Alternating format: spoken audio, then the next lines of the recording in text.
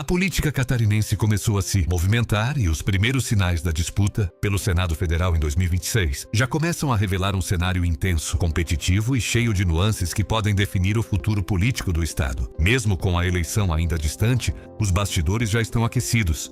Alianças começam a ser desenhadas, nomes ganham força e o eleitor, aos poucos, começa a formar sua opinião. E um dos principais termômetros desse momento é a mais recente pesquisa divulgada pelo Instituto Mapa, que traz um retrato detalhado de como está a corrida pelas 2 vagas de Santa Catarina no Senado Federal.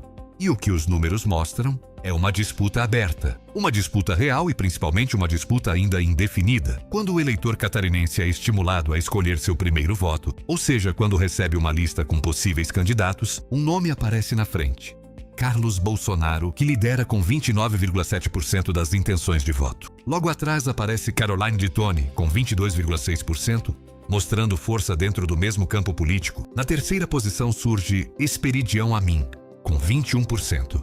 Um nome tradicional e bastante conhecido no estado. E fechando esse grupo principal aparece Décio Lima, com 11,5% das intenções. Os números mostram um cenário interessante. Existe uma liderança, mas não há uma vantagem confortável. A diferença entre os primeiros colocados é relativamente apertada, o que indica uma disputa altamente competitiva. Além disso, um dado importante chama atenção. 6,9% dos eleitores disseram que votariam em branco ou nulo, enquanto 8,3% ainda não sabem em quem votar. Ou seja, existe um espaço considerável para crescimento, mudança e até uma possível virada de jogo ao longo da campanha. Mas o cenário muda quando analisamos o segundo voto. Diferente de outras eleições, na disputa para o Senado, cada eleitor pode escolher 2 candidatos. E isso transforma completamente a dinâmica da corrida. Nesse caso, quem aparece na liderança é Esperidião Amin, com 22,8%. Em seguida vem Caroline de Toni, com 21,3%. Depois Carlos Bolsonaro, com 17%. E novamente Décio Lima, com 7,7%.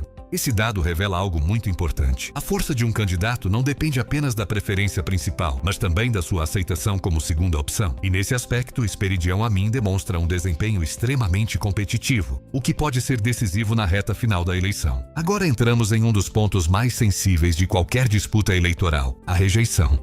E aqui o cenário apresenta diferenças marcantes. O nome com maior índice de rejeição é Décio Lima, com 39,4% dos eleitores afirmando que não votariam nele de forma alguma. Em segundo lugar aparece Carlos Bolsonaro, com 21,1% de rejeição. Já os menores índices ficam com Esperidião Amin, com 7,4%. E Caroline de Toni, com 6,9%. Esses números mostram um fator estratégico fundamental. Candidatos com menor rejeição tendem a ter mais espaço para crescer ao longo da campanha, enquanto aqueles com rejeição elevada enfrentam um limite maior de expansão. Isso pode ser determinante conforme a eleição se aproxima e o eleitor passa a definir seu voto de forma mais concreta. Outro ponto importante é o tamanho da incerteza. A pesquisa mostra que 26,5% dos eleitores disseram não, rejeitar nenhum dos candidatos apresentados, enquanto 9% não souberam opinar. Isso significa que existe um eleitorado considerável ainda em aberto, que pode ser decisivo para o resultado final. Em eleições desse tipo, onde a disputa está equilibrada, esse grupo pode literalmente definir quem conquista as vagas. Para entender melhor a credibilidade desses dados, é importante olhar para a metodologia da pesquisa. O levantamento foi realizado com 1.008 entrevistas em 53 municípios de Santa Catarina, com margem de erro de 3 pontos. Percentuais para mais ou para menos e nível de confiança de 95%. As entrevistas foram feitas por telefone, seguindo um modelo de amostragem representativo da população catarinense. A pesquisa também considerou critérios como gênero, idade,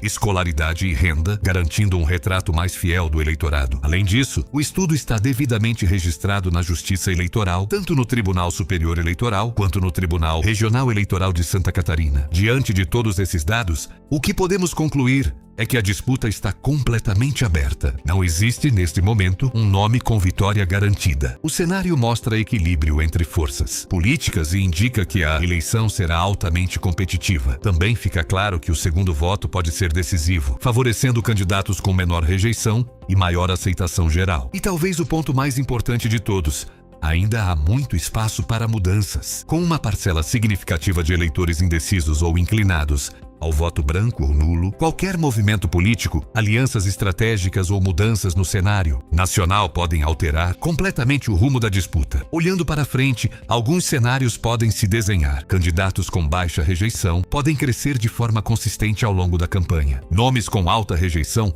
podem enfrentar dificuldades para ampliar seu eleitorado. Novas alianças podem mudar o equilíbrio de forças e até mesmo novos candidatos podem surgir, alterando ainda mais o cenário atual. Além disso, o contexto político nacional certamente terá influência direta no comportamento do eleitor catarinense, como já aconteceu em outras eleições. A corrida pelo Senado em Santa Catarina está apenas começando, mas os primeiros sinais já mostram que teremos uma eleição disputada, estratégica e cheia de reviravoltas. Se a eleição fosse hoje, o cenário mais provável indicaria Esperidião Amin com uma das vagas praticamente encaminhada, graças à baixa rejeição e boa aceitação geral. A segunda vaga ficaria em disputa direta entre Carlos Bolsonaro e Caroline de Toni, com leve vantagem para quem conseguir crescer ao longo da campanha. Ainda assim, o jogo está aberto e pode mudar até 2026. E agora fica a pergunta: se a eleição fosse hoje, em quem você votaria para o Senado? Você acredita que esse cenário ainda pode mudar até 2026? Deixe sua opinião, porque a participação do eleitor é fundamental nesse processo. E se você quer acompanhar tudo sobre o cenário político e as eleições de 2026, continue acompanhando, porque os próximos meses prometem muitas novidades.